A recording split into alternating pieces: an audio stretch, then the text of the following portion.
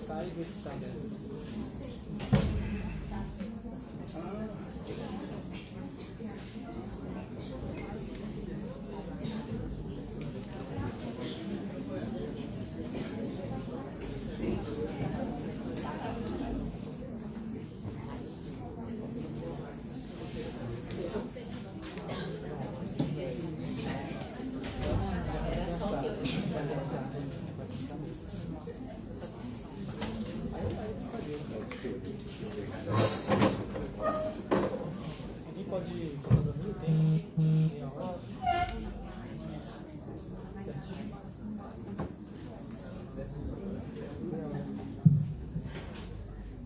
Pessoal, então vamos retornar. De acordo com a programação, agora seria a professora Sarisa. Mas a gente foi conversando, terminando, e então resolvi fazer primeiro a explanação, depois ela faz. Para casar direitinho, né, momento histórico e tal. Antes de começar, eu queria dizer que esse é um momento único para vocês de conhecer a universidade, os ambientes, a sala de aula, porque de acordo com a nossa conjuntura atual, né, tá complicado, tá delicado. Então eu acho que é resistência fazer isso agora, né? Não sei se mais à frente será possível. Espero que a história nos dê boas saídas, né? Porque sempre dá. Beleza.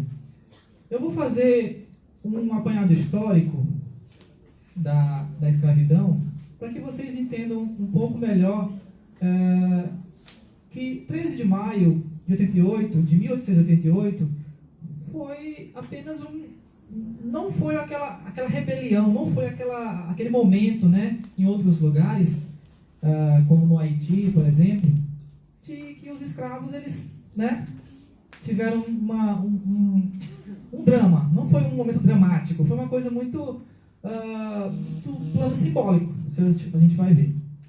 Certo? Mas, primeiramente, por que esse Dia Nacional da Libertação dos Escravos, a abolição da escravatura? A proposta, primeiramente, é analisar, palavra por palavra, né, do que está ali, indo ao pé da letra, tentando fazer uma análise, né, que saia um pouco desse senso comum. Por que libertação dos escravos? E não libertação dos pretos velhos, libertação dos pretos novos, né, libertação dos negros. Se esses sujeitos eram escravos, logo só poderiam ser libertos, né? Então, existem redundâncias, existem intencionalidades, existem essas condicionantes, né, para demarcar essa data. Beleza.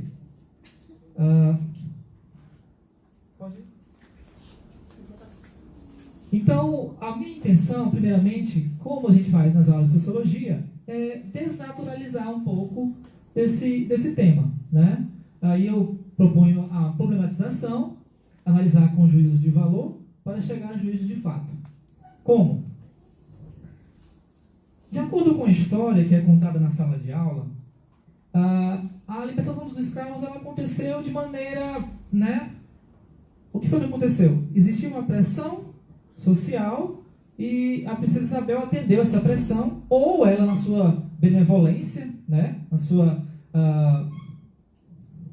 as pessoas acham que a princesa Isabel é uma pessoa maravilhosa, né? Que atendeu aos interesses e só foi lá e assinou porque era bondosa, porque era caridosa e tal. Então, a partir daquele momento, houve total libertação dos escravos. O que pouco se sabe é que antes desse período, lá em 1832, 55, todo o segundo ciclo do século XIX, já havia escravos libertos, né? Escravos já estavam livres. Em 1888, nós tínhamos apenas, né? A gente fala apenas agora, mas para a época, 700 mil escravos. Ainda era um número bem significativo de acordo com o número da época da população, né? Através do título da apresentação, a partir dos termos empregados, primeiro o termo escravo. O termo escravo, ele é utilizado desde a Grécia Antiga. Aí nós temos uma escravidão antiga, né?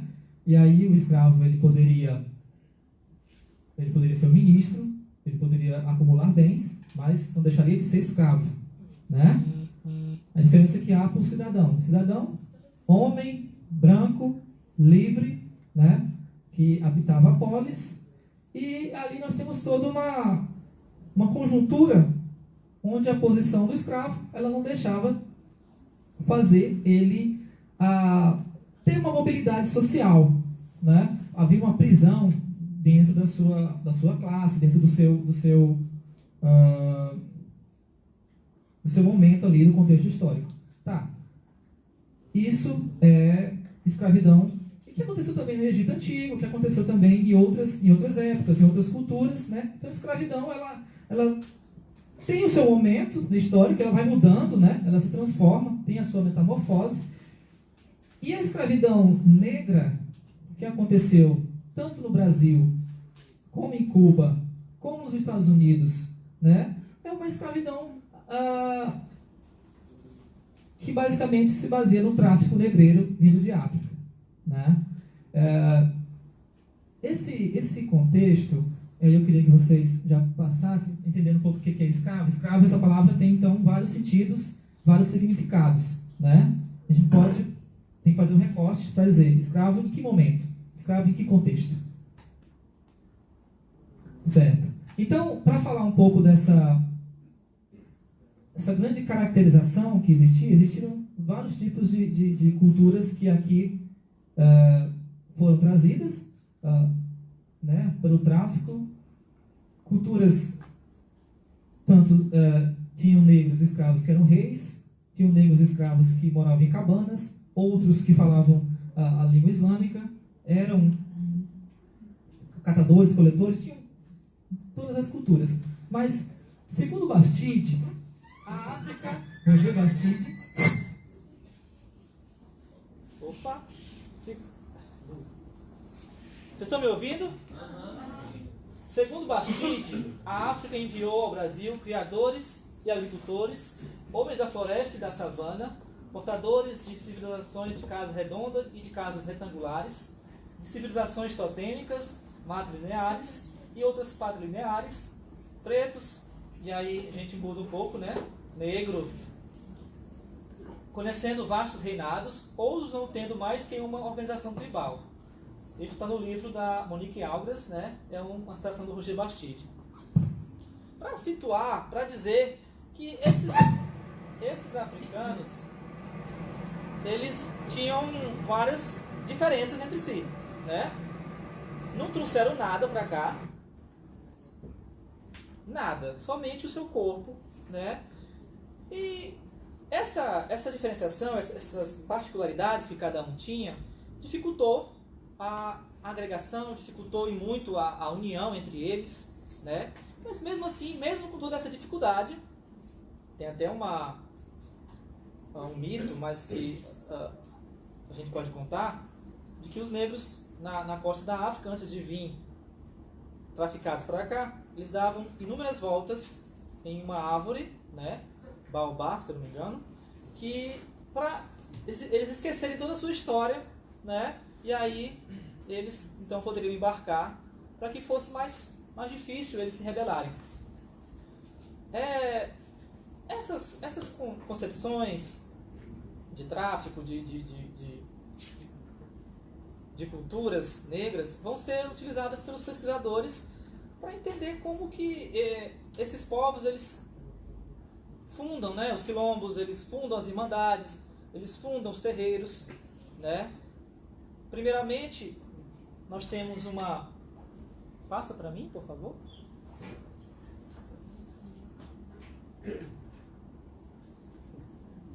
Ó, aqui nós temos o exemplo de escravos que conheciam reinados, né? Que eram príncipes, princesas, reis, rainhas, e foram raptados. E aqui no Brasil, eles não deixaram de ser reis e rainhas. Um exemplo é Nangotimé, né? Do Daomé, atual República do Benin. Segundo Ferretti, no Ricardo Ferretti, Nangotimé, viúva do rei Agongolo e mãe do rei Benzo, teria sido vendida como escrava por Adongozan. No Brasil viveu em São Luís, onde possivelmente teria resgatado sua tradição religiosa, hoje viva na Casa das Minas. Fascinante como que uma pessoa ela consegue resgatar toda uma, ou parcialmente, toda uma tradição religiosa, e aqui no Brasil há toda uma miscelânea, né, de cultos.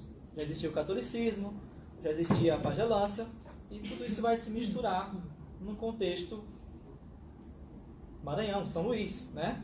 Casa das Minas é um exemplo de representação de uma cultura, de uma religião afro-brasileira chamada tambor de mina, né? Tem todo um ethos cultural próprio, onde eles não iniciam novos membros, né, para que não haja um suicídio cultural. E aí são os termos que a gente usa, que é um pouco, se vocês tiverem dúvida, a gente vai esclarecer depois. Aqui são imagens, né, de reis africanos, só para vocês terem um exemplo do quem são. Porque parece que no imaginário, a África, para muitos, né, intencionalmente ou não, a África ainda é um país sucateado, que não tem representações de Estado, de governo, né? Ao contrário do que se pensa. Ó,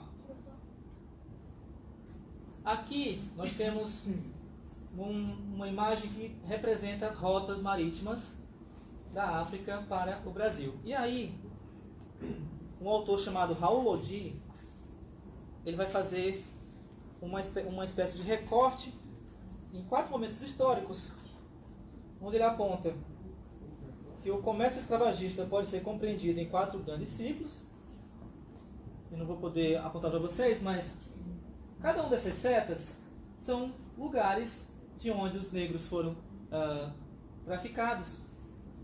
Cabo Verde, São Jorge da Mina, que hoje é Togo, Benin, Costa dos Escravos, Luanda, né? Então vejam que como eles foram para os Estados Unidos, foram para Havana, para Costa Rica, né? E para o Brasil.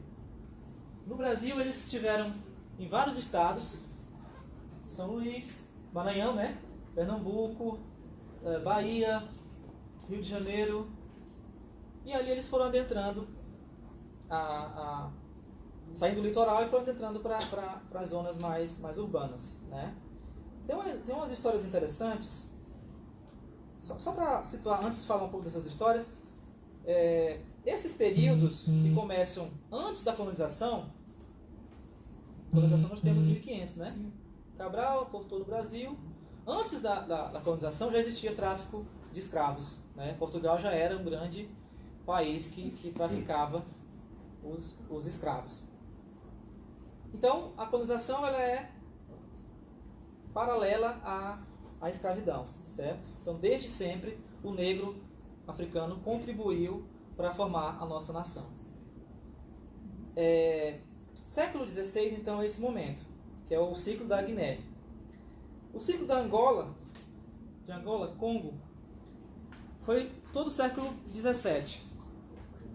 O interessante, século XVII, 1601 a 1700. Beleza. Ciclo da Costa Mina, até o início da segunda metade do século XVIII. E ciclo do Benin, até metade do século XIX. O interessante nessas datas, nesses recortes históricos, é que em 1831 o Brasil entrou em acordo com a Inglaterra para proibir o tráfico negreiro, né? Existia uma lei que proibia que os negros viessem a extinto o tráfico, né? Vamos acabar com isso. Só que essa lei nunca sai do papel. É a conhecida lei para inglês ver, né? Vocês conhecem essa expressão? Só para inglês ver, não acontece, só de fachada. E o tráfico continuou acontecendo, continuou vindo negros para cá. Em 1850 vem outra lei e aí sim ela interrompe, né, o tráfico e não é que deixa de vir escravo para cá, né? Ou você tem 1850 para 1888, quanto tempo nós temos ainda, né? Então essa lei 13 da abolição foi uma lei que ela já vinha capenga, né? Já vinha se estendendo há muito tempo. O Brasil foi o último país a abolir a escravidão, né? O Brasil estava com uma imagem muito feia lá fora, né? Porque nós temos o capitalismo, o processo de industrialização está a todo vapor, né? Desde o século XVIII, nós temos a Inglaterra totalmente já baseada num trabalho livre, né? De homens livres, homens que empreendem, homens aqueles ideais da Revolução Francesa também que estão aí, né? O homem é um cidadão, o homem deve ser um ser livre, deve ter o poder de escolha. Então, como que sustentar essa posição do Brasil, um país ainda escravagista, em todo esse contexto? O país então estava, era como se fosse uma ilha, né? Em todo esse caldeirão que estava acontecendo. Beleza. Esses escravos que foram trazidos para o Brasil, em todas essas épocas, em todos esses 300 anos de escravidão, é difícil a gente precisar uma data, né, de quando foi a primeira entrada do primeiro escravo no Brasil. Mas o Nino Rodrigues, que é um autor, um médico, e depois vai virar historiador, ele vai fazer um recorte dizendo que o comércio de escravos na Europa data de quase meio século antes do descobrimento, e Portugal era a sua sede. Portanto, a escravidão negra no Brasil é contemporânea à sua colonização, e ela manteve, nos primeiros tempos, a aparência portuguesa de fenômeno secundário restrito ao serviço doméstico. A justificativa para isso é que o país precisa de uma mão de obra, né, para alavancar as suas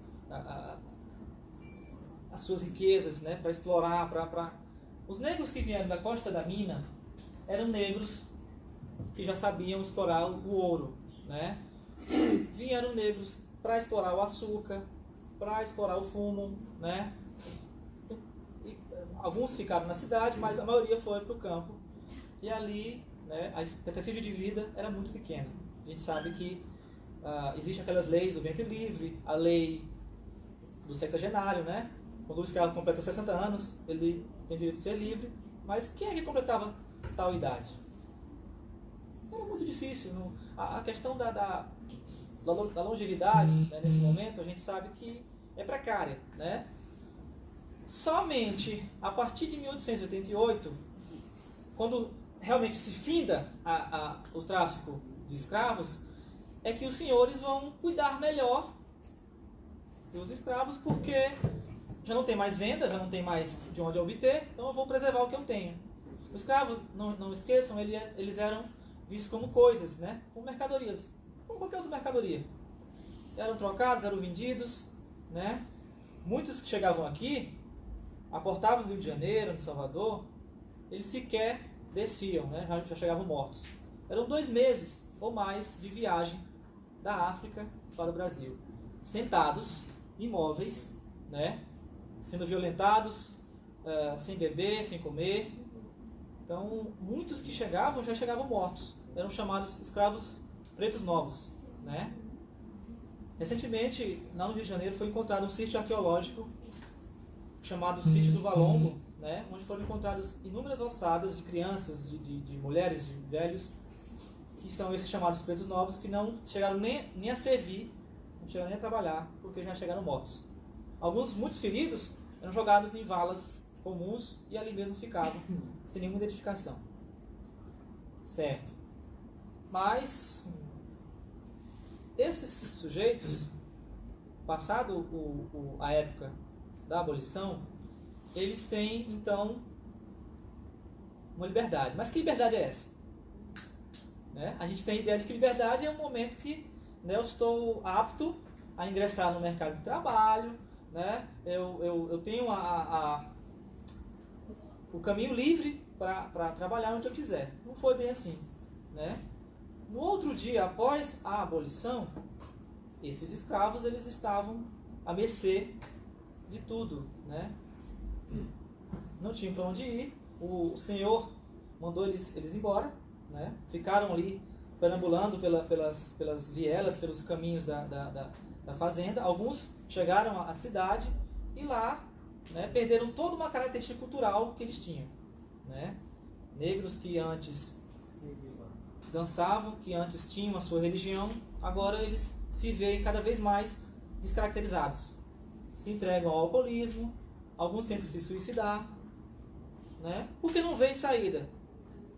O Estado brasileiro não tem nenhum projeto, nem mesmo os abolicionistas, depois que há a abolição, parece que eles viram as costas. André Rebouças, Joaquim Nabuco, Luiz Gama, né? Esse pessoal, que são negros, Machado de Assis, que são negros, ajudaram muito, né, para que houvesse a abolição, mas depois, e aí? O que eu vou fazer com esse... O que eu vou fazer livre, né?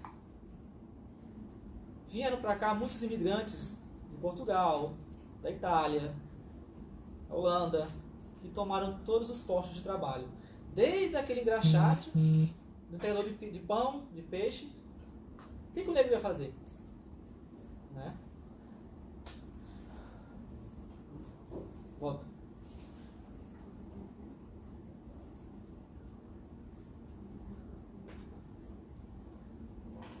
Isso aqui eu já li. Pode passar.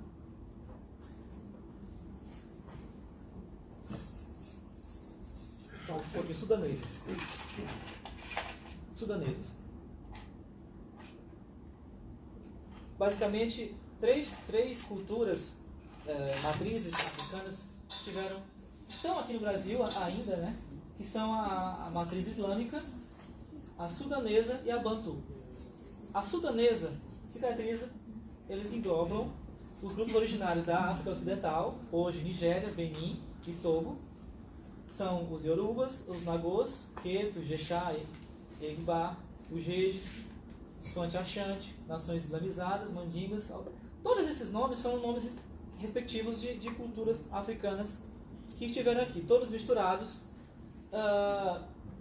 Mas, mesmo com essa dificuldade de agregação, eles conseguiram se juntar, na verdade, através de um sincretismo de características. Sincretismo nada mais é do que uma associação de elementos culturais.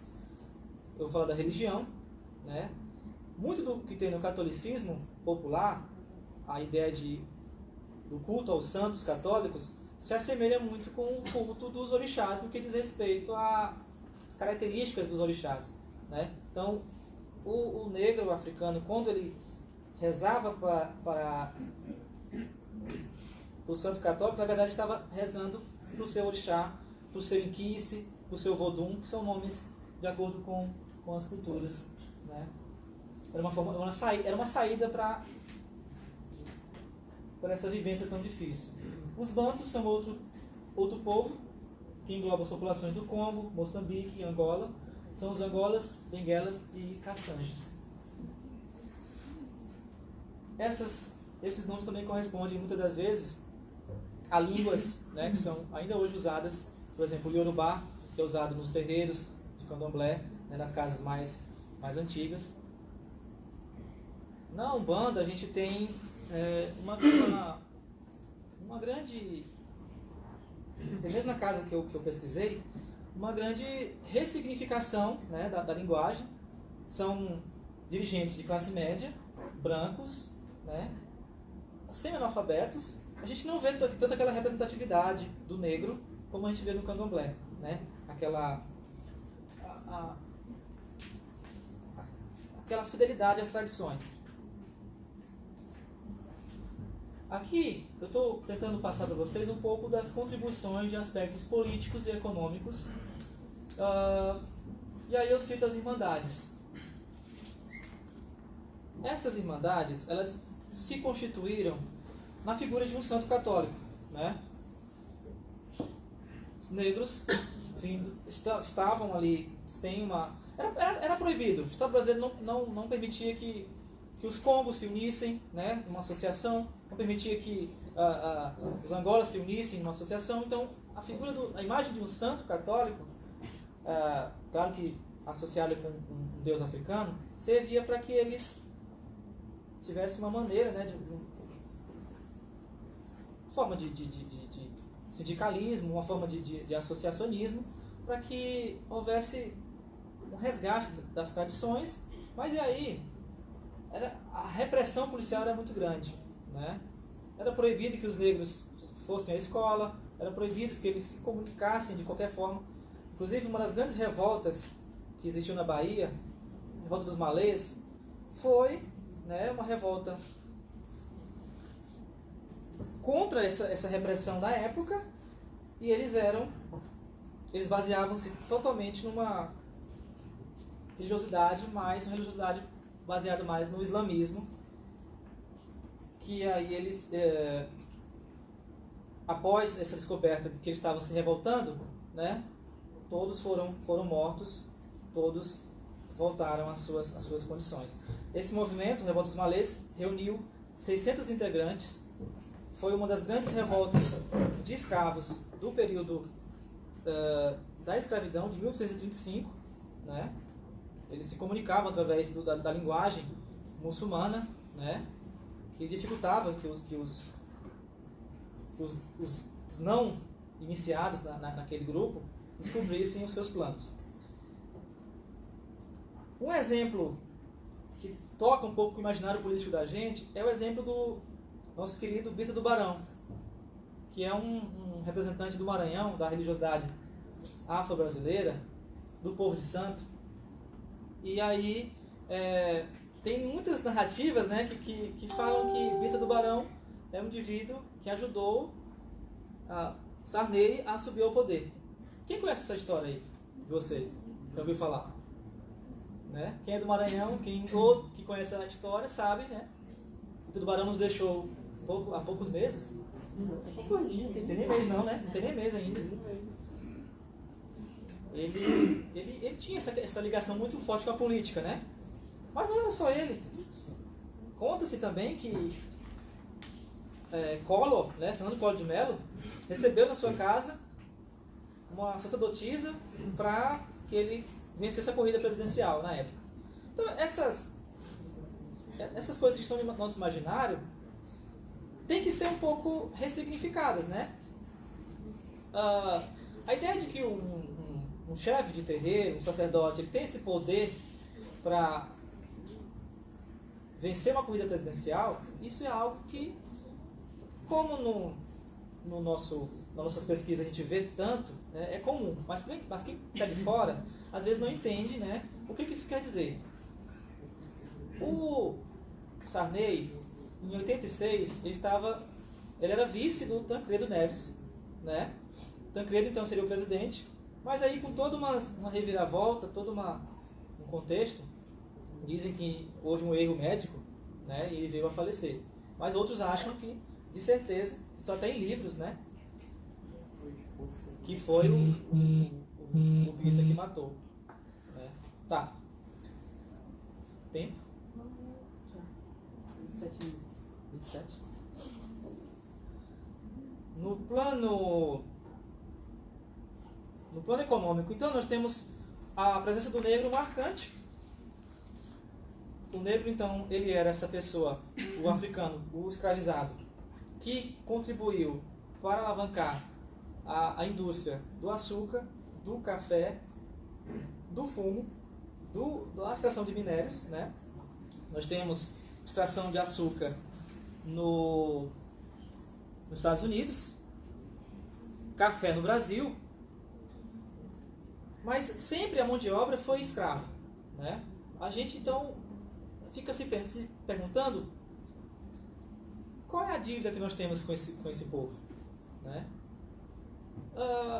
Muito do que se fala após a abolição é de que os senhores tinham que ser ressarcidos. Ah, não, eu vou ter uma perda, né? Perdi tantos escravos. Cadê o meu ressarcimento? Rui Barbosa, que era um ministro da época, não sei se da economia, da fazenda, uma coisa assim, ele disse que é uma coisa que não deve ser nem questionada. Nem tanto o ressarcimento dos senhores, nem tanto o ressarcimento dos negros. Isso é algo que não se questiona. Ah, mas em tais lugares o Estado pagou os senhores, né, essa perda que eles tiveram. Por que no Brasil não se paga? Né? E é uma discussão que vem até hoje. Né? Aí vem as cotas, 2003, né? Inaugura-se as cotas no Brasil, aí vem toda uma discussão de acesso, políticas afirmativas na universidade, a inclusão da Lei 10.609, que é a lei que ensina, que permite que a história e cultura afro-brasileira seja ensinada nas escolas. Tudo isso uma forma de, não um pagamento, porque essa é uma dívida histórica, né? Que não tem como contabilizar, mas uma forma de dizer, né, para a sociedade que o Brasil tem, sim, essa dívida e quer, de alguma forma, minimizar ou né, tornar isso algo palpável. Certo? Perguntas?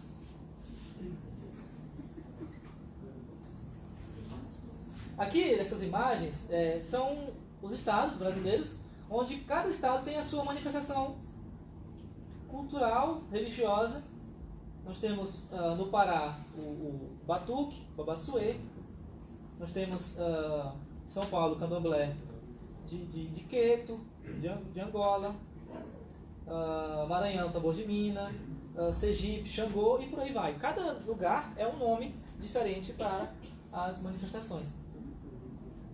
Né? Aqui também são as festas, o nome das entidades, a título de exemplo. Batuque, né? Uhum. Pode.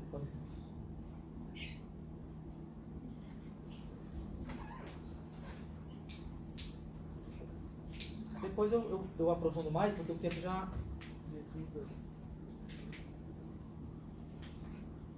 Alguém pergunta? Está aberta a perguntas, questionamentos. Microfone.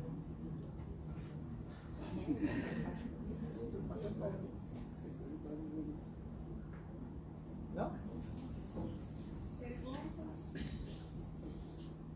Então eu passo a palavra para a professora Sarisa. Vamos para ele, né, gente?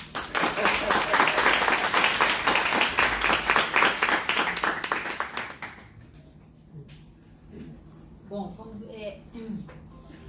um pouco com a garganta irritada, o microfone pifou de vez. Mas consegue me ouvir no fundo? Sim? Mais ou menos? Tá, eu vou tentando aumentar se ela for melhorando e assim vai. Eu vou mais uma ali. Ai, cadê ele? Tá lá. Só espera um pouquinho enquanto ele coloca. Bom, ele vai colocando ali. Quando o Bruno me convidou para vir falar para vocês, e aí a Maria, né? Nossa, Maria, até me desculpa porque eu acabei não falando contigo antes. A ideia realmente era falar dos encantados. Só que quando foi hoje, eu até falei para o Bruno, falei, meu Deus, mas é 13 de maio, os encantados, não sei o quê. E aí até depois o Bruno ainda pergunta pra Maria, né? Faz a relação com... Eu falei, meu Deus do céu, ainda bem que eu decidi pensar, falar sobre os pretos velhos, porque realmente os encantados depois eu teria mais dificuldade de fazer essa relação com o próprio 13 de maio. E aí a minha ideia, para apresentar para vocês um pouco da minha pesquisa, que ela tanto é da parte do mestrado quanto do doutorado, e aí eu fiz um recortezinho dentro dela, que é a questão da Umbanda e dessas entidades que... porque aqui eles estão falando meio que dos negros do ponto de vista vivo, né? E eu vou falar deles mortos ou enquanto espíritos nos terreiros, né? Isso. Pode deixar aí por enquanto. Obrigada. Então a Umbanda, ela surge no Brasil porque a Umbanda... Por que eu estudei especificamente a Umbanda e não outras religiões afro-brasileiras na nossa região? Minha região de pesquisa primordial é em Araguaína, porque vivo lá. Mas durante algum tempo eu fiquei, né, frequentando, passeando e visitando e fazendo pesquisa de campo em outros terreiros, assim como a Maria fez. Confesso que não cheguei aí em tantos como a Maria foi, né? Até porque também eu acho que a questão dos rituais, porque quando acontece um ritual, por exemplo, tem ritual hoje, todo terreiro que se preze está rezando nem que seja um terço hoje para o preto velho. E a maioria deles estão fazendo festa.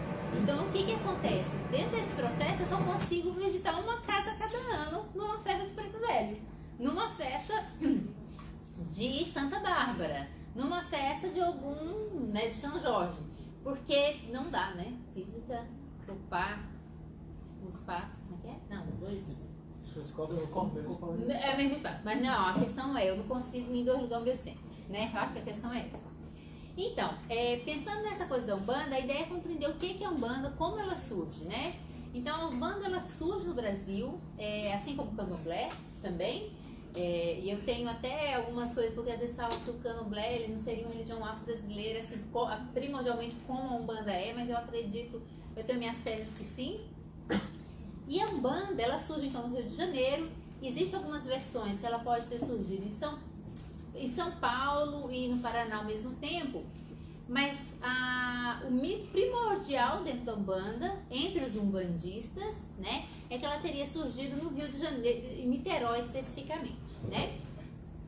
E aí, o que a Umbanda é então, né? Qual seria a grande diferença dela para as outras religiões de matriz africana? Ela é a síntese, que o sincretismo que o professor estava explicando, do catolicismo, de outras religiões negras e do catolicismo. Não, catolicismo, kardecismo, Allan Kardec, e as religiões negras. E aí, daí você pode ter a macumba, porque a macumba é uma outra religião afro-brasileira. Não, meu filho, pode desistir de ser. Desistir. Como a macumba, o candomblé, o batuque, todas essas outras religiões que o professor apresentou.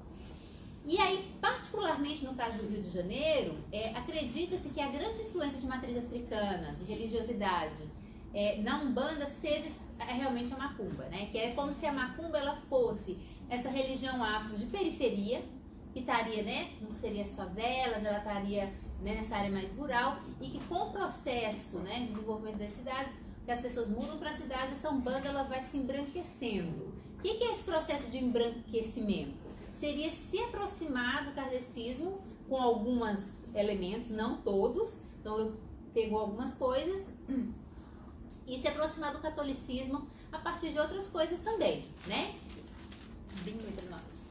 Aqui, quando a Maria perguntou para vocês se vocês conheciam, podia apagar essa luz aqui da frente, para o pessoal ficar melhor, porque essas fotos aí são meio escuras, algumas. Quando a Maria pergunta para vocês se vocês conhecem algum terreiro, e aí eu fiquei pensando, falei, bom, também vou trazer também a foto que a Maria fez para vocês verem mais ou menos por dentro. Essa foto ela é do terreiro Santa Joana d'Arc, e aí esse é num dia de festa. Essa foto foi tirada num ritual à noite, numa festa que é dia 20 de janeiro, para Rei Sebastião. Rei Sebastião e São Sebastião. Então daí vocês já vão percebendo o nome dos santos, que vai aparecendo, né? O nome dos santos, pode passar. Essa já é feita de dia, então vocês podem perceber que já não tem as folhas, né? Então o terreiro, quando você chega para se benzer e tal, ele é dessa forma, esse terreiro especificamente, porque diferente das igrejas católicas, evangélicas, protestantes, cada terreiro ele tem a sua constituição diferente, constituição estrutural mesmo, diferente um do outro. Cada um constrói ele do jeito que quiser. Pode passar. Aí eu trouxe essa foto para mostrar para vocês dessa coisa do sincretismo. Esse altar, você encontra esse altar praticamente em qualquer igreja católica também, se brincar menos rico, né? Que esse aí. Rico que eu digo no sentido de ter essa quantidade de santos. Porque inicialmente você tem uma pirâmide clássica, né, nesse altar, onde lá em cima você tem a cruz, e aí esse elemento do cristianismo, né? Esse elemento e do kardecismo, do cristianismo pensando kardecismo e catolicismo, que é essa concepção de Cristo, de Deus, né? E aí você tem depois a imagem de Jesus, e aí você vai tendo nas hierarquias, você vai descendo os santos, e aí daí tem todos os santos possíveis, né? Na base do altar, você vai ter Padre Inciso, porque é o grande representante, né? Santo que a gente tem na nossa região norte e nordeste, como você vai ter São Jorge e São Sebastião também. E aí você pensa, nossa, mas e essas duas mulheres, né? Essas duas estátuas. De cá é Santa Joana d'Arc, que é a representação de Santa Joana d'Arc que se tem, né, no mundo católico. E de lá é a Princesa Mariana, que é uma princesa encantada, que é do mundo da Umbanda. Né? Da Umbanda não, que é do mundo das religiões afro-brasileiras, nossa, aqui do Norte e Nordeste. Porque aí é onde eu quero entrar para poder falar para vocês dessa diferença. Porque quando no doutorado eu fiquei assim, essa coisa de querer uma coisa nova, o que é que define a nossa região, a nossa religião afro-brasileira aqui na nossa região, né? Porque a gente tem essa presença dos encantados que no centro-sul do país você não vai ter. Que é aquilo que a Maria explicou. Quando você pega uma entidade, por exemplo, como o Preto Velho ou o Caboclo, essa entidade, ela morreu, ela viveu, que vocês, somos nós, estamos vendo que todo mundo, espero que todos estejam vivos, e que essa pessoa morre um dia. Essa pessoa que morre um dia, ela depois de muitos e muitos anos, ela volta como uma entidade dentro do salão. Ah, então é igual no kardecismo, que eu vou lá e falo com a minha avó, com a minha mãe, ou eu vim falar com minha tia, falou com não sei quem. Não. Porque aí você pega do kardecismo o quê? A ideia de reencarnação. Só. Porque o resto, essa ideia do espírito, ele é diferente. Porque no espiritismo, no kardecismo, você se comunica com espíritos recém-desencarnados. Com espíritos que eles chamam de eguns, que são pessoas que morreram recentemente. Né? Então, é por isso que as pessoas conseguem falar com a avó, com o vô, não sei o quê. Mas a gente não está falando de pessoas que morreram há 300 anos atrás, 1000 anos atrás. A gente não está falando dessas pessoas dentro do kardecismo. Essas pessoas, elas começam a vir nos terreiros, e aí, afro-brasileiros, né? E ali elas desempenham um papel muito diferente do que aconteceria no kardecismo. De acordo com a mitologia da Umbanda, ela surge a partir de uma entidade que teria baixado num centro espírita em Niterói, e aí essa entidade era das Sete Encruzilhadas, Caboclo das Sete Encruzilhadas. E aí o caboclo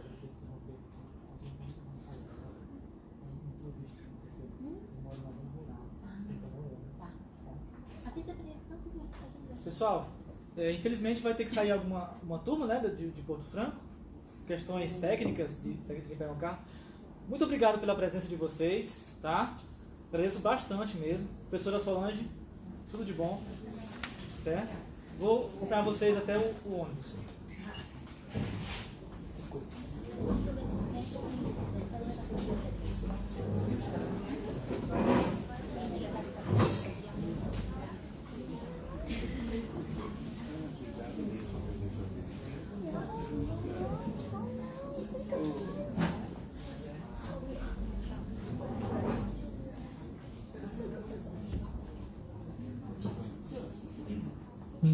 Bom, vamos continuar aqui então.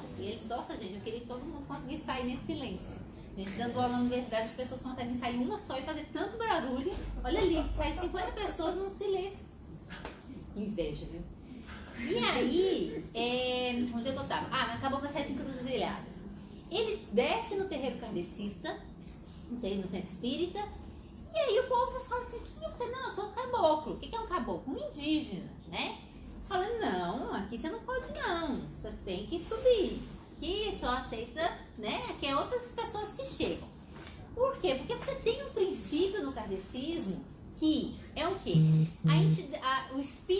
quando ele chega, muitos deles não sabem que morreram.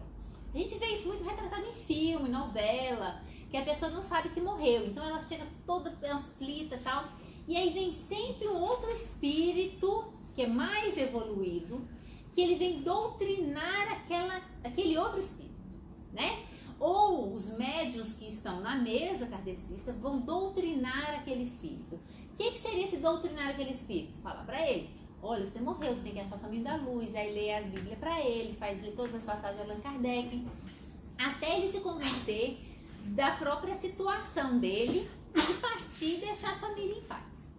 No mundo da Umbanda, não. No mundo da Umbanda... aí, voltando só um pouquinho no kardecismo. Quando os espíritos que você vai ter no kardecismo que são evoluídos, são sempre espíritos que na Terra também eles têm um prestígio social. Que são médicos, advogados, escritores, poetas... que basicamente ao longo da história do Brasil a gente sabe que sua grande maioria são pessoas brancas, né? E aí, quando você pega um centro espírita e baixa um caboclo, um indígena, que é uma classe desprivilegiada, né? No Brasil, assim como os negros, eles falam, não, você não tem nada para ensinar, não. Sobe, entendeu? Vai catar seu rumo, que aqui não.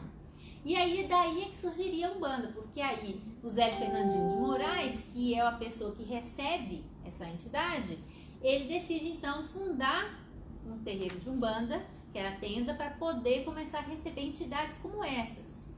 E aí você tem uma diferença também, porque aí o que acontece?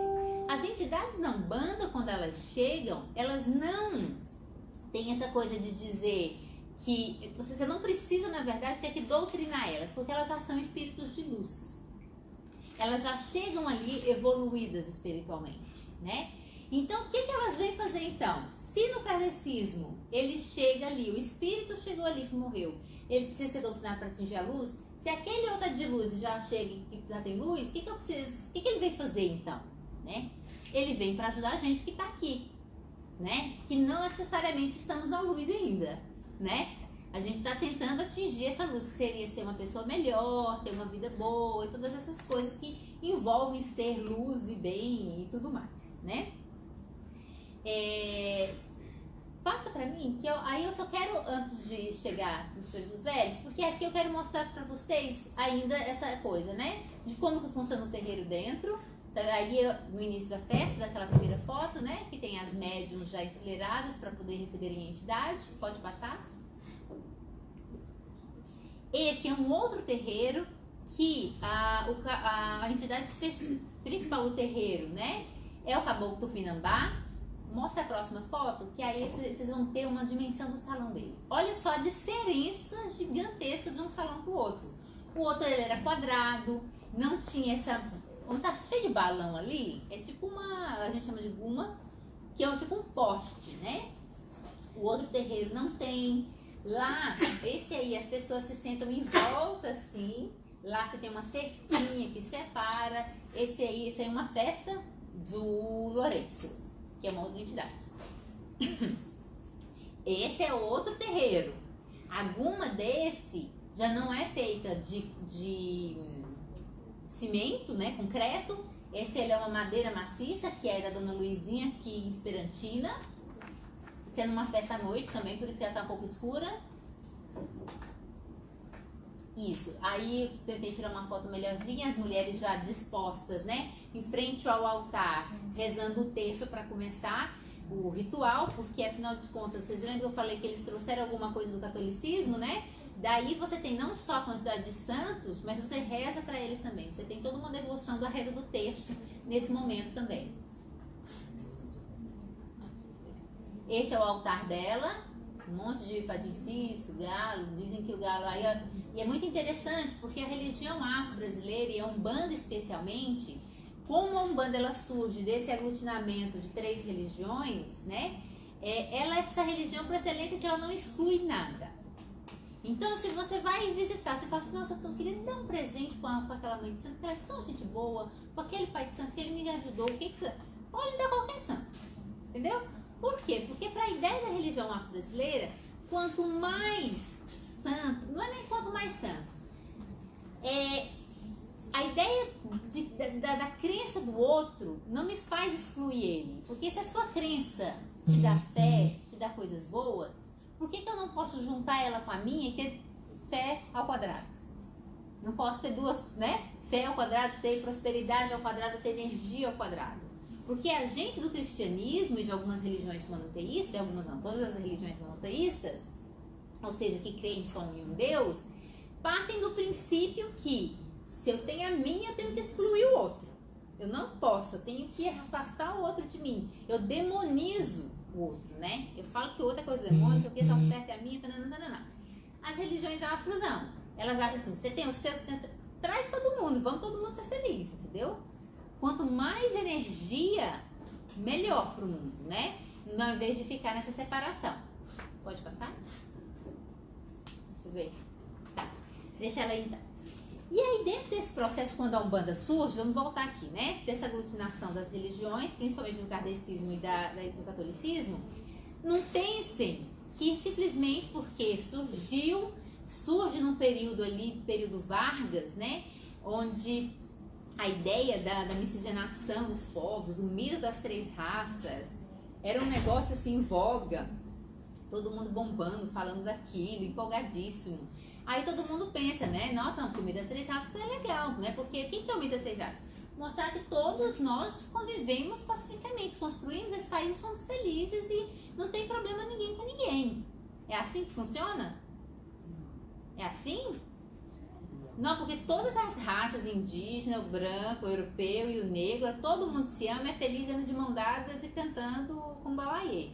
Não é assim, né? Esse é o mito da democracia racial, né? Do mito das 3 raças. Que é falar que a gente não tem conflito no Brasil, né? Que nós 3 estamos todo mundo aqui, assim, felizes e tal. A Umbanda, ela meio que surge quase com isso também. Com essa ideia de uma tríplice, né? Tríplice, matriz. Tríplice. 3 matrizes, viram uma tríplice, para poder juntar. Só que não, aí você pensa assim, nossa, então ela quase é representante do mito das 3 raças que surge com o governo. Não, que ela é quase representante. Pode parecer. Só que o que acontece? Não é por isso que ela vai deixar de ser perseguida. Porque, afinal de contas, a matriz mais forte dela não é europeia e nem é indígena. É quem? A negra. Ai, coisa de negro nesse mundo, enfim, não é de Deus não pode. Entendeu? Logo, você vai ter toda uma perseguição por parte do próprio Estado. A polícia reprimindo, perseguindo. A gente tem trabalhos maravilhosos em São Luís, com um grupo da galera lá, né, do GPMINA, da UFMA, mostrando os relatos policiais que eles vão analisar, né, os documentos policiais, e vão mostrando. Tem até um caso famoso que a professora Mundi Carmo Ferretti analisa, que é o caso da Maria Amélia Rosa, de como que ela foi presa tantas vezes, né? Então, aí a gente fala assim, nossa, né? Quando é lá naquela década de 30, você vai ter um processo de descriminalização da religião, direito a todos cultuarem o que quiserem. Aí você fala assim, nossa, então aí parou a perseguição. Parou? Será que os terreiros pararam de ser perseguidos hoje? Pararam, gente? Algo na sociedade parou? Porque se parou, me avisa. Que eu vou mandar o macumbeiro tudo pra lá. Entendeu? Porque não parou, né? Por quê? Porque você vai ter, do ponto de vista do Estado e da lei, você tem uma coisa que protege eles, né? Vai proteger que eles possam fazer os cultos deles de forma livre. Só que, qual que é o problema? É que, do ponto de vista do cotidiano, a coisa não linka, né? A coisa ali não... Porque a lei no Brasil é isso, existe a lei que é escrita e a lei praticada. Todo mundo sabe disso, né? Todo mundo tem uma história aqui para contar. Seja com religião, seja com droga, seja com qualquer coisa. Todo mundo tem uma história para contar dessa lei que existe escrita e a outra lei praticada. E aí o que você vai ter? Ainda hoje, principalmente para nós que estamos no interior e no norte e nordeste, a presença da polícia ela é muito forte na repressão entre os terreiros.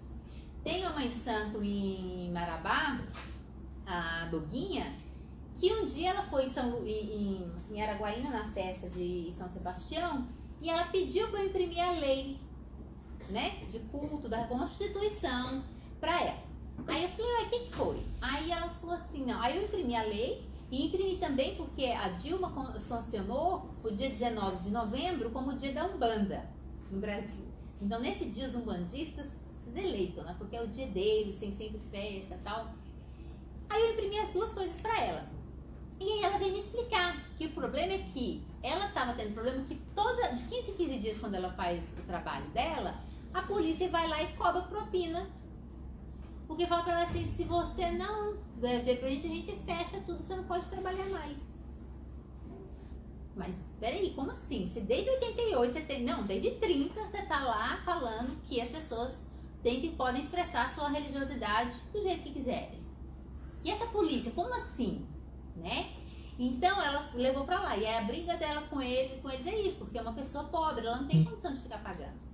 E aí, esse pensamento desses policiais ainda vem da época que os terreiros, para poder fazer uma festa, para poder abrir a mesa, eles tinham que ir na delegacia e pegar um alvará de funcionamento. Pegar um alvará de autorizando fazer determinada festa para determinado santo aquele dia de noite tocar tambor, né? Então a gente tem esse processo. Se o Estado, em determinado momento, o Estado assim, a polícia na figura do Estado, né? Ela, em determinado momento, já não pode mais reprimir de forma tão clara, esse processo de repressão, ele é passado para a mão de quem? Das igrejas, né? Aí daí você vai ter todo o processo, né, de igrejas, seja ela qual for, né, qualquer que seja a denominação, entendeu? Da católica, protestante, evangélica, pentecostal e aí todas as aulas do mundo, você vai ter todas elas se apropriando desse processo, dessa ideia da repressão, né? Dessa ideia nada, dessa tarefa da repressão. E aí você vai ter não só uma repressão do ponto de vista interno à igreja, que é aquele, eu fui adventista 25 anos da minha vida, quase igual ontem, né? Até ontem.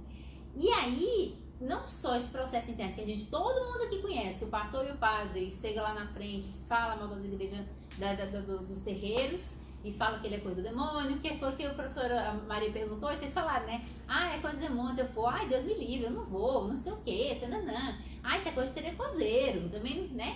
Tem todo esse processo que eles falam dentro da igreja, mas com o passar do tempo mais recente, você vai ter o quê? A saída dessas pessoas de dentro da igreja e o ataque físico aos terreiros, né? Então, quantos de vocês não veem notícia, seja no site da Globo, no Facebook, que de repente vai passando, né? Lá, terreiro foi apedrejado, pessoas estavam de branco fazendo procissão, foram, como é que fala? Batidas, não? Espancadas, obrigada, que às vezes foram espancadas. E essa coisa da depredação do terreiro e do culto dos outros. Lá em Araguaína a gente tem um terreiro que esse coitado, meu Deus do céu, e aí assim, dá uma raiva às vezes do povo santo, dá uma raiva, porque você fala assim pra eles, gente, tem a lei, vamos na delegacia e denuncia. Porque, por exemplo, tem uma lá, que é a dona Maria Maciel, que mudou um pouco lá da casa dela, aí esse povo vive jogando óleo, azeite bento, ungido, óleo ungido na casa dela. E aí um dia jogaram uma sacolinha com óleo ungido, caiu na moto, estragou a moto do filho dela, não sei o que, Aí depois esse povo começa, tipo assim, 6 horas da tarde, todo dia ela faz a reza do texto, todo dia. Aí o povo vai pra lá com um megafone de né, esse negócio e tal, com megafone, e ficam cantando e gritando para que ela não consiga rezar o terço, né? Então, ou seja, você tem um desrespeito à prática do outro que nada te diz respeito, né? E aí a gente vai lá falar com eles, vamos lá fazer denúncia, porque tá te cortando. Não, minha filha, deixa que Deus dá conta. Deus depois dá... Sim, mas Deus já deu um jeito, Deus criou uma lei, Deus já tem a lei polícia, você vai lá e faz uma denúncia. Não, mas... Então tá. Aí você não tem como carregar a pessoa e ir, né? Tipo, a pessoa não quer, tá tudo bem, né? E aí dentro desse processo, então, das perseguições, hoje em dia, o Ministério Público em Araguaína, eles fizeram um trabalho que eu acho bem interessante. É o Ministério Público? A Defensoria Pública.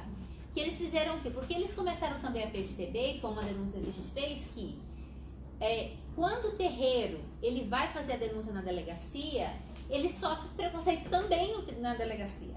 Da mesma forma como a mulher, quando ela é abusada, ela vai na delegacia e ela sofre, né, assédio, piada, ela é extremamente desrespeitada, né, quando ela vai na delegacia fazer denúncia. Os povos de santo, eles tinham esse problema também. Então agora a Defensoria Pública em Araguaína, o que eles têm? Um conselho para que a pessoa, antes de ir para a delegacia diretamente, ela pode passar na Defensoria Pública, conversa com o pessoal e ela vai acompanhada de um advogado. Então essa pessoa, ela vai, né, já assegurada que ela tem alguém que está protegendo ela, né? Agora o problema é o quê? É convencer os pais de santo e as mães de santo a irem ao menos da Defensoria Pública, né? A gente está com esse processo lá. Tá. Dentro desse... Deixa eu ver como é que tá meu tempo. Ai, gente, peraí. Nossa Senhora. Acabando, tá bom. Então vamos entrar nos preto velho, né? A Umbanda, a gente falou lá que a kardecismo tem os espíritos, né? Que são pessoas que morreram recentemente. Na Umbanda não. A gente vai ter... Principalmente quando você surge, né, no centro-sul do país, a formação clássica do panteão da Umbanda é quem? Preto velho, caboclo, criança, que é o Zerê, o Ibeji, Exu e Pombogira. São esses, certo? Vamos falar então do preto velho, porque afinal de contas estamos no dia 13 de maio. E como eu falei para vocês, todo bom terreiro está tocando hoje, né? Por quê? Porque o preto velho, ele é compreendido dentro da Umbanda como aquela pessoa que foi escravizada, ou aquele que nasceu em situação de escravidão, já no caso no Brasil, que ela viveu na senzala, que ela viveu, né, nesse processo de escravidão, nessa sofrência, né, e que ela faleceu nessas condições. Então o preto velho, até mesmo porque o processo de sofrimento na terra dele não é comparável a nenhuma outra entidade, caboclo, que são os indígenas, as crianças, prostitutas, ninguém para a Umbanda teria sofrido na terra, quando vivo, tanto quanto os negros. Logo, quando eles morrem, eles já são seres de luz, assim, ó, top, entendeu? É já o ser de luz por excelência. Por quê? Porque na vida terrena, né, eles, digamos assim, já pagaram tudo que eles tinham que pagar. Muitas vezes os pais de santo brincam e falam assim, olha, o povo fica querendo aí achar que Exu tem poder, não sei o que. Não. Poder quem tem é preto velho. Porque a energia que ele tem, aí eles até dão um exemplo que eu acho muito bacana, eles falam assim, ó, você chega lá para um Exu para pedir alguma coisa, para um caboclo, aí o caboclo vai pedir uma erva, ou você pede uma cachaça, pede não sei o quê. Por quê? Porque eles precisam dos elementos da natureza para se juntar com a energia dele para fazer aquele pedido seu dar certo. Para fazer que você consiga um emprego, para fazer com que o seu irmão melhore que estava doente, para qualquer coisa nesse sentido. Já o preto velho, ele não precisa. Por quê? Porque a energia dele já é suficiente, porque ele já é muito evoluído espiritualmente. E aí eles brincam, falam assim, aí você chega lá e fala assim, nossa, eu queria tanto emprego. Falou que o preto velho geralmente só bate o cajado no chão, por isso que o cajado tá ali na foto, só bate o cajado no chão e fala assim, pronto, meu filho, amanhã você recebe a ligação, não tem problema não, né? Por quê? Porque o poder deles é muito grande, né? E aí ali eu trago o ponto, que é o que a gente chama de ponto firmado. Todo terreiro que você entrar, você vai ter nos cantos, cada canto da casa, você vai ter locais que são específicos para cada grupo de entidades. Esse aqui é o da casa da Dona Valdeci, que é o ponto específico de preto velho. Mas por que do cajado? Sei lá, aquela imagem do preto velho enquanto velhinho, né? É aquele que vai andar corporadozinho, né? Ele precisa do cajado para poder se firmar, para poder andar, porque ele já está cansado, né? Você não vai ver, geralmente, um preto velho no terreiro saltitante, alegre, tipo sambando. Não, você não vai ver. Por quê? Porque já vem preto velho. Velho, não é esses velhos fitness hoje, né? É o preto velho da escravidão, gente. Que é aquele que morreu porque ele já estava realmente assim, o corpo já estava esgotado, né? Passa pra frente, que eu acho que tem uma foto, uma imagem que representa o preto velho. Nossa, não dá pra ver, né? Dá não, passa outra. Aí, né? Que é sempre esse senhorzinho de barba branca, sempre essa senhorinha com um turbante branco, né? E sempre de branquinho. Por quê? Porque representa essa luz, né? Essa grande energia, esse desenvolvimento espiritual deles. Esse aí tá no terreiro do Nazareno, deixa eu ver, acho que é no terreiro do Nazareno, exatamente. Não, minto. Peraí, só um pouquinho. Não, esse é no terreiro da dona menina aqui, da Esperantina aqui, de Esperantina. É no terreiro dela. E aí, junto com o cajado, o que você também vai ter? Um cachimbo. Porque quem lembra aquele povo da roça, vovó, bisavô, que fumava um cachimbo, aquela coisinha de palha, né? Ou sempre uma cachaça, ou um café sem açúcar, né? Você tem em alguns lugares, você tem também pro preto velho pipoca, uma pipoca que ela é passada com mel também.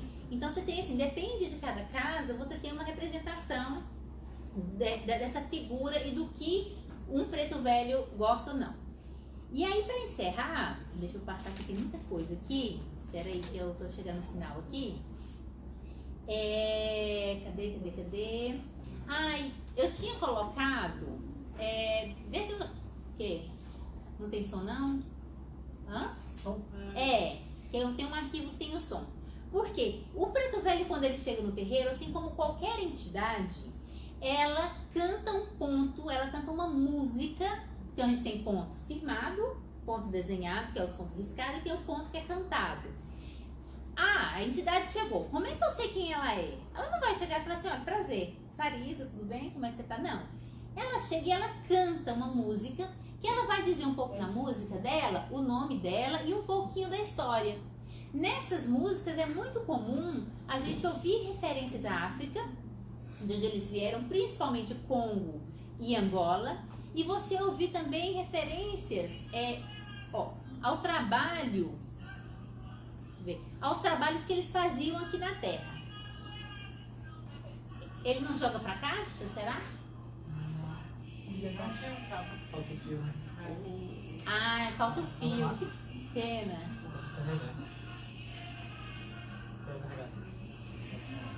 Hã? Falta um cabo. Falta um cabo. Não, então não tem problema não. Que aí a ideia era mostrar pros meninos isso. Porque aí você vai ter, por exemplo, essa música, ela fala Pai Joaquim, Pai Joaquim, Eá. Pai Joaquim é rei de Angola, Pai Joaquim é de Angola, Angolá. Né? E aí, ou seja, como é que é o nome dele, do preto velho? Joaquim, exatamente, Pai Joaquim. Ou seja, todos eles, com pouquíssimas exceções, algumas entidades chegam e não falam o nome dela na música. E aí, porque quando ela não fala, realmente é porque você não pode saber, né? E aí você vai trazer nas músicas, além desse trabalho, que é um trabalho, por exemplo, que é das senzalas, que a pessoa era cozinheira, que a pessoa trabalha quebrando fogo, que a pessoa trabalha na roça. Você vai ter uma outra referência nas músicas à atividade. Meu Deus, dá um pause aí. Não estou conseguindo nem pausar. Já fechou o computador, tudo bem. Mas quando você abrir, vai colocar de novo. E aí, por favor? E aí, você vai ter uma outra referência, que é o fato de elas serem, né, das mulheres benzerem, né, das mães pretas velhas, ou dos pretos velhos, benzerem, ser curadores, ser mandingueiro, né? Que é isso? Que a mãe nunca levou para poder ser benzido, né? Para poder, porque tava com quebranto, tava lá com a arca caída, com isipelo, dor de barriga, cólica, dor de ouvido. A mãe dá os remédios do doutor não fez efeito, carrega o menino para um terreiro, carrega o menino para uma benzedora, um benzedor para passar o Santo Cristo, para ver se o menino volta, né, a ter vida, né? E aí muitas vezes as pessoas acham, não, porque o menino tá todo cheio carregado de inveja, porque o menino tá todo porque as pessoas estão... Não, e uma coisa que eu aprendi nesse tempo da Umbanda, que é uma coisa bem interessante, o amor também, ele suga você, ele te seca. Então essa coisa do menininho que nasce, aí você fica, todo mundo passa lá, esfrega a mão do menino. Que menino lindo, Meu Deus, seu cabelo lindo, que ai, vontade de morder, dá vontade de apertar, não sei o que, menino. O menino seca também, gente. Então, o quebranto, ele não é só por coisas ruins, é porque às vezes as pessoas amam tanto. Não sei se vocês têm referência da Felícia, que era um desenho animado, né? Que a Felícia amava tanto o gatinho dela que ela apertava ele assim, os olhos bugalhavam assim pra fora, entendeu? Então, o amor também mata, gente, viu? Não é só, né?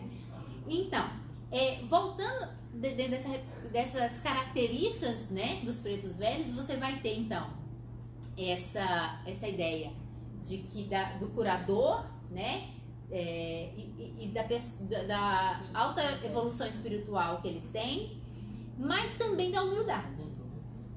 Não existe no terreiro entidade que seja a representação da humildade, como é um preto velho, da sabedoria, né, da simplicidade e de bondade, né? E aí essa coisa da sabedoria vem justamente aquela coisa do respeito que se tem que ter aos mais velhos.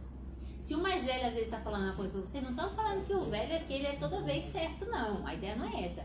Só que a experiência de vida dele e a paciência que ele carrega consigo de refletir e analisar as coisas faz com que ele tenha muito mais experiência que a gente na vida e que ele possa nos dar conselhos, né? Então, muitas vezes você vê as pessoas irem conversar com o preto velho, às vezes não quer nenhuma cura, só quer um conselho.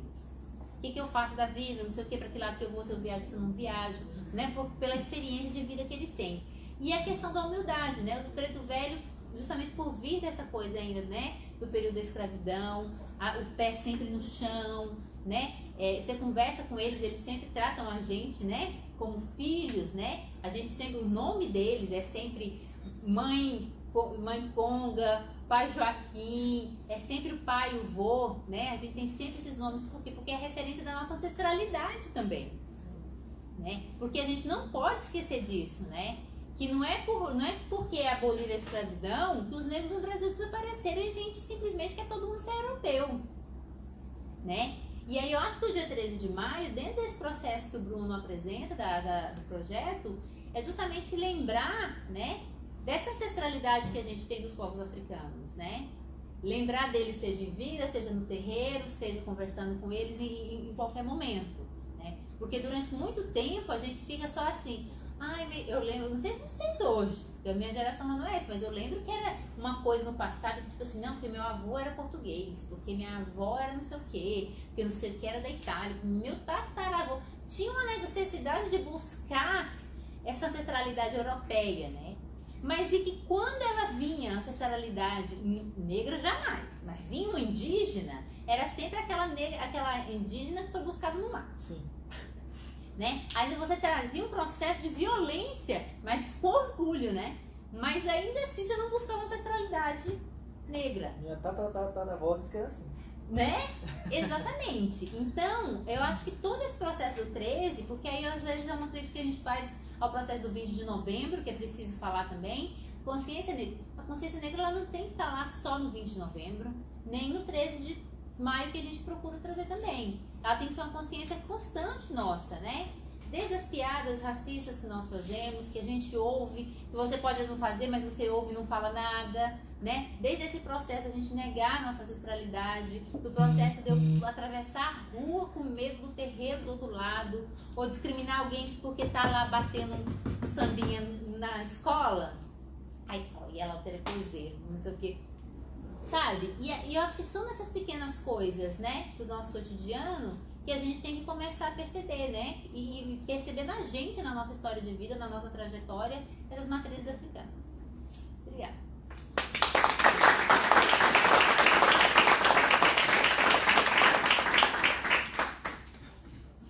Pessoal, já são 5 horas. Não. Então nós estávamos marcados para finalizar às 5 horas. Deu certinho, né? Mas quem quiser perguntar, acho que 3 minutos dá pra fazer umas 2, 3. Alguém? Tá bom? Já lancharam? Não vou com fome. Sim, professora Sarisa. Qual é uma pergunta que assim, faz conexão com o dia, né? Com 1888 atrás, mas que ainda continua ainda posteriormente. Diz respeito ao tema tratado, religião. curiosidade. A Umbanda seria uma junção de elementos do cristianismo católico com elementos religiosos de matriz africana como forma de resistência e opressão da escravidão no Brasil? De resistência e... Com uma forma de resistência à opressão. A opressão no Brasil. Então, faltou só o kardecismo na sua frase, tá? Porque o kardecismo também, cristianismo e catolicismo, com o cristianismo católico, com o matriz afro e o kardecismo. Eu não sei te dizer se ela surge... Não, tá, ela não surge com esse propósito, né? Plenamente, né? Mas é claro que, em certa medida, você vai ter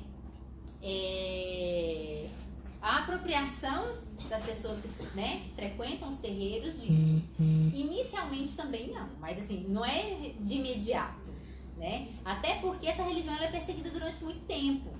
Cara, se vocês pegarem na cidade de vocês, é raríssimo você encontrar um terreiro que ele esteja no centro da cidade. Ele está sempre nas periferias. Não é à toa. Não é à toa, é porque ele foi sendo expulso, né? Porque aí a lei de barulho de noite, porque e essa pessoa ela vai cada vez mais, se a cidade ela vai expandindo, ela vai sendo sempre afastada para as beiradas. A partir da década acho que de 80, principalmente com o processo de refraternização das próprias religiões e de um monte de movimentos, você vai ter pessoas nos terreiros. E aí, talvez porque também isso vai ter E aí, terreiros que eu estou falando de forma geral agora, não só da Umbanda, mas do Candomblé. Aí você vai ter uma presença maciça de artistas, da própria universidade, mas não, 60 na verdade, dessas pessoas frequentando os terreiros, mas aí, quem são elas? São os brancos, né? E aí os brancos legitimando essas práticas, aí você começa a olhar efetivamente para os terreiros com outro olhar. Hoje, você já vai ter, por exemplo, participantes de terreiro que eles têm uma visão mais política. Então, a gente vê na universidade lá, tem uma galera agora que é universitário, que estão aguerridos e querem trazer os terreiros, né, para esse diálogo com a universidade propriamente dito, né? Mas, assim, pensando na perspectiva atual, eu acho que ele é um movimento de resistência, né? Mas ele não surge e não fica durante muito tempo com esse caráter, até porque você está sendo perseguido, né? Você não é legalizado não, mas você é criminalizado, na verdade, né? Então, como é que você resiste? Estou pensando aqui, pode ser uma resistência simbólica, mas eu acho que é mais existência do que resistência. Você existe só, sem a ideia do resistir do ponto de vista efetivo, aguerrido, com o pé na porta, né? Você vai existindo porque também as coisas podem se colonizar o quanto quiser e de forma mais efetiva o público, mas o privado não. Eu posso ir lá e converter você, entendeu? No cristianismo, mas nada vai fazer com que você, por exemplo, veja um gato preto e fale assim, ai meu Deus, não sei o quê. Ou que você passe em algum lugar e você não se beija porque sua avó te ensinou, que você não vai lá, coloca uma espada de São Jorge na porta da sua casa, que não coloca, toma um banho de sal grosso. Porque essas são práticas do mundo negro, né? São essas práticas mágicas do universo afro-brasileiro, né?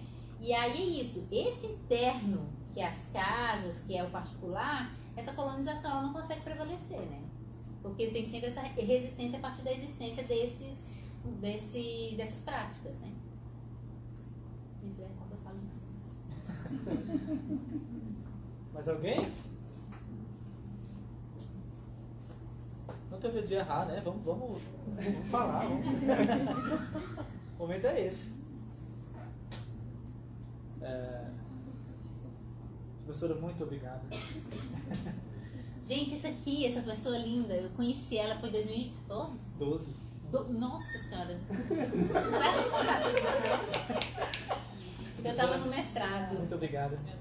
Sim, Agora, passando pra cá, essa pessoa aqui que falou dos municípios, né? Marabá e tanto lugar. Só de falar deu cansaço, né? Ela foi de moto. De moto, gente. Esse é um fato que ela não conta, mas... Tudo pela ciência, né, professor? Tudo pela ciência. Obrigado, gente. Obrigado. Só uma coisinha, Sim. Eu só queria falar o seguinte, que foi muito boa essa atividade hoje, porque a gente, do NEAF, nós sempre colocamos uma atividade, uma palestra à noite, para marcar o dia. E eu acho muito interessante isso que você falou, da universidade não aceitar o Dia Nacional de Denúncia contra o Racismo, que é uma briga que o movimento negro criou, né, para contrapor 13 de maio como referência de libertação dos escravos, né? E a UFT diz não aceitou a sua proposta. É muito estranho. Vou conversar com o pessoal da Prograde, né? Da Prograde não, da Proex, né? Porque isso daí é estranhíssimo, né?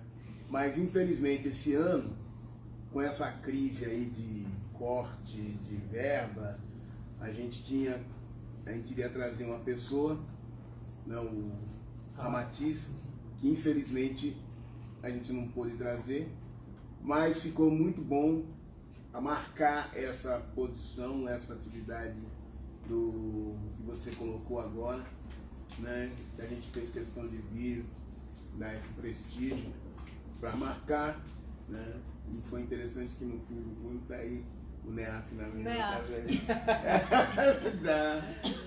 da Maria Leal, né? Então acho que isso é muito bom. A gente não vai fazer hoje à noite por conta disso, mas no próximo ano a gente fará. Eu acho que a gente vai ter que sair dessa dependência da universidade. Sim. Porque com esse governo a coisa está... Não vai ter auxílio. Esse governo vai atacar para tentar destruir o máximo. Ele quer deixar pedra sobre pedra quando ele sair. E espero que ele saia o mais rápido possível. Senão o estrago, o cara vai ficar, o estrago vai ser maior, né? Mas então é isso, valeu a pena.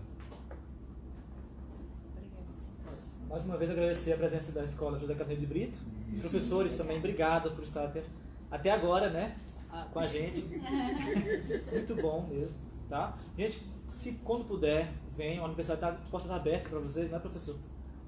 O campus é de vocês também, né? Futuramente ou agora, esse é um espaço da sociedade, né? Esse evento é de extensão, que significa para a comunidade, para vocês. A gente tem um conhecimento que muitas vezes, né, ele transcende, tem uns termos muito, muito técnicos, mas é para vocês, né? Todo esse esforço, toda essa intenção de desmitificar. E tem o Cineclube, que se eles puderem ver. E tem o Cineclube aos sábados, embaixo, que também é um grande programa, né? Que serve para tudo isso. que é para a população. Também. Certo? Essas são as estripulias que a universidade faz. Balbúrdia. Segundo a balbúrdia que nós fazemos. Isso é balbúrdia. Com muita honra. Fala o horário do Cineclube. Horário do Cineclube. 18 horas. Todo sábado, 6 horas.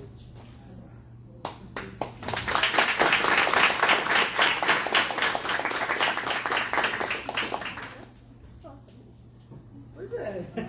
Encerrou? Pois é. Isso me avisa. Aí, ó. Não, que isso, nada.